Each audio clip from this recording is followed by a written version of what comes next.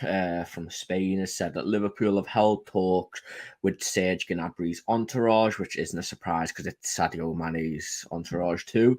And they see him as a perfect replacement for the departed Sadio Mane and Divock Origi. The Reds trust that negotiations will be smooth after the sale of Bayern Munich. Liverpool and Bayern Munich will lower demands when it comes to dealing with them after the smooth negotiations with Sadio Mane in a deal where he was sold 35 million. Real Madrid also want to join the race. Jay, if I feel like if you get in Serge Gnabry for 35 million, you're losing Takumi Minamino and Divock Origi. We do sort of need someone, another backup player. He can play on the right to bid a competition for Mo Salah. I think it's a good signing if you can get him for that cheap, and he's only 26 as well. I feel like too many people are rarely against this, but I think it's a good deal for me anyway. Initially, we spoke about this a few months ago before we ever knew Mane was going, and I said I didn't want him as like a marquee signing, so I didn't want us to spend like 60 million. He's the golden signing of the window, but he's a quality player, mate. Like, he really is top class, and he can play anywhere across the front line. I probably wouldn't play him in the middle, but he's more than good enough to play left or right. The only thing is, though, it's all good and well saying Origi's gone and Minamino's gone and Mane's gone. You still need a midfielder. I don't see how you can prioritise signing Gnabry and Nunes and not get a midfielder. The other thing is, Gnabry's not going to come here to be a squad player. Why would he? He's a top-class player. He's going to be a starter at loads of top European clubs are going to want Gnabry, and he'll get a game there properly. If he comes to Liverpool, he can fight for a place, but that is what he'll be doing. He's not a guaranteed starter by any means, and I don't know if you'd spend 35 million on someone who's going to sit on the bench. So I'd really like him. He's a good signing, but he shouldn't be the priority in midfield. It should be. Yeah, I mean, Drew's, still, as I said, 26. This season he played over 40 games for Bayern Munich, got 16 goals, 17 goals, and about 10 assists. He's still in his. He might not even be at his peak yet. We saw what he's done to the likes of Tottenham and Premier League clubs in the Champions League. I mean, just the stats at Bayern Munich alone, 171 games, 64 goals and 40 assists. That's a goal or assist every other game, which is not to be sniffed at. I mean, all things considering, we've had the likes of Diogo Jota, Luis Diaz come in as backups, but I don't think you can really call it a backup considering how they have fought for their place and they pretty much were starting within a few months of joining Liverpool. Surely Gnabry could see it as a challenge, and Mohamed Salah's spot is there for the taking, isn't it? After his recent performances, and that's the one position we really need in our depth. I mean, do you think it would be a good deal for us?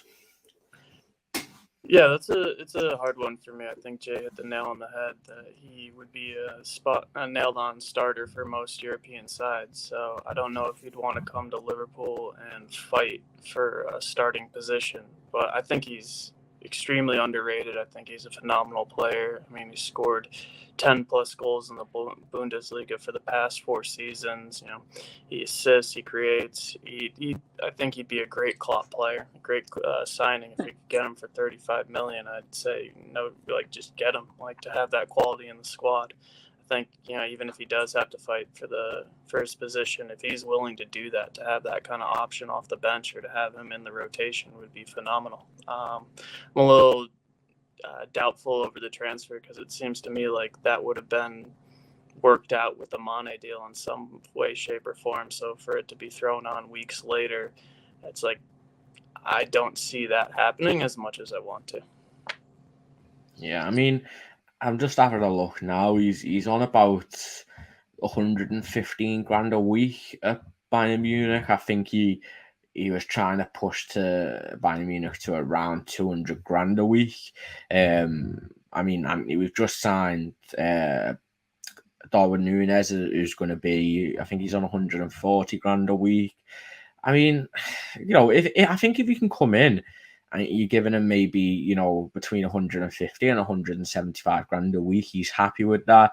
He's happy maybe pushing for Salah's place or even on the left if things don't work out for Diaz. I mean, and look, we're losing Divock Origi and Takumi Minamino, and we're not replacing at least one of them. So, I mean, what are your thoughts on potentially going after Serge Gnabry?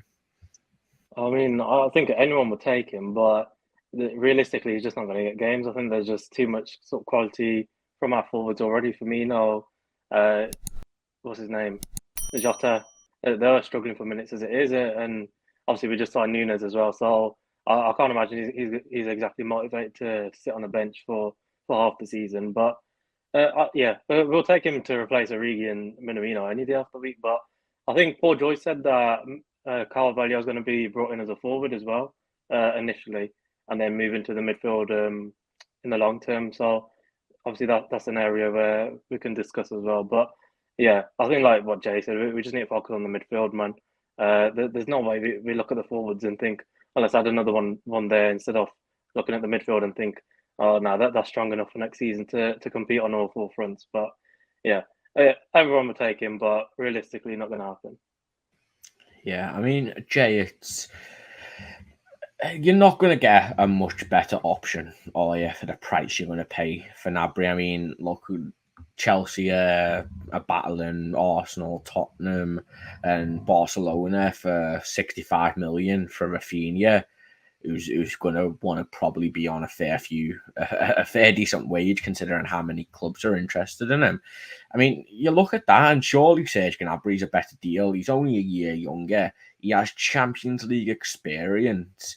I mean, I don't know about you, but I think I'd prefer Serge Gnabry over Rafinha. I know we were linked with Rafinha in the past too.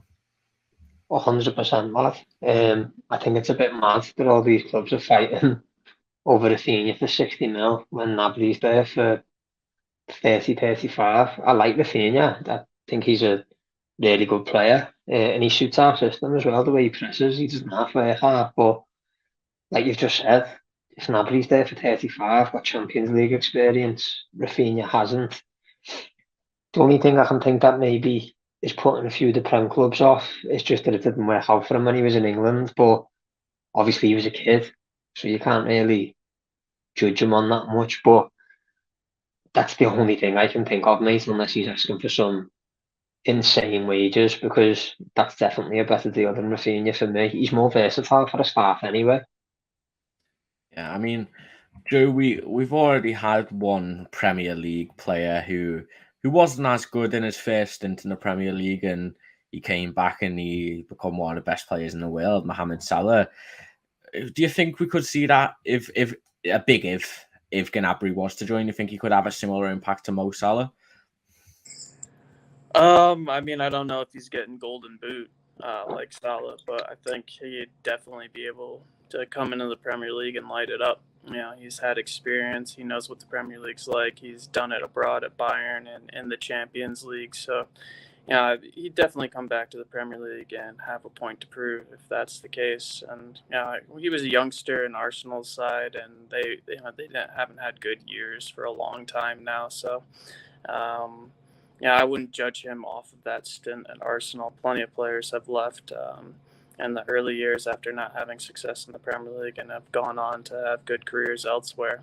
Salah, De Bruyne, you can go on with lists like that. So I think Gnabry, if he came back to the Premier League, he'd be one of the players to watch in the right club. Yeah, I mean, Anthony, just going through finally a few targets who we are linked with. Obviously, we said Rafinha, who's going to be costing, I think, 60 million, 55, 60 million. Jarrett Bowen, that's going to probably be a similar price to Rafinha. I can't think who else we're linked with now, but you look at all the targets we've been rumoured to be signing, and, at 26 years old, got a lot more experience than pretty much everyone we've been linked to. And the fact we have a good relationship with Bayern Munich, you know, we basically cut the price for them because Mane wanted to leave. We probably could have easily got another 10 million for Mane if we really wanted to. We've got a good relationship with Roof, who is Mane's and Gnabry's agent. I think he's the Joe Gomez's as well. So all parties have worked with each other in the past. I mean, if Liverpool really did want a right winger, it just seems like Gnabry would be the smart choice, wouldn't it? Yeah, it makes sense because let's say Salah does sign his contract as well, then you don't want to have a 60 million player sitting on the bench in Rafinha and Bowen, who's going to only play in that right wing position. And like Jay said as well, he's more versatile than the other two as well. He could play left wing. Maybe if Diaz isn't playing well, then say if Salah's not playing well, then he could take either spot. And the thing is, he's actually good enough to start Champions League matches for us as well. Whereas Rafinha, you'd think, can that guy win us a Champions League final if he started? Probably not. Whereas Gnabry, did he score the winner? Or no, he won the Champions League at least with Bayern. But yeah, he's got more than enough quality to kind of join this Liverpool squad. But yeah, I think it's a huge risk if we would spend 60 million on Rafinha, and same with Bowen. But I do like Jared Bowen. Yeah, I mean, I think he put 4 past Spurs. That was when they won the Champions League that year.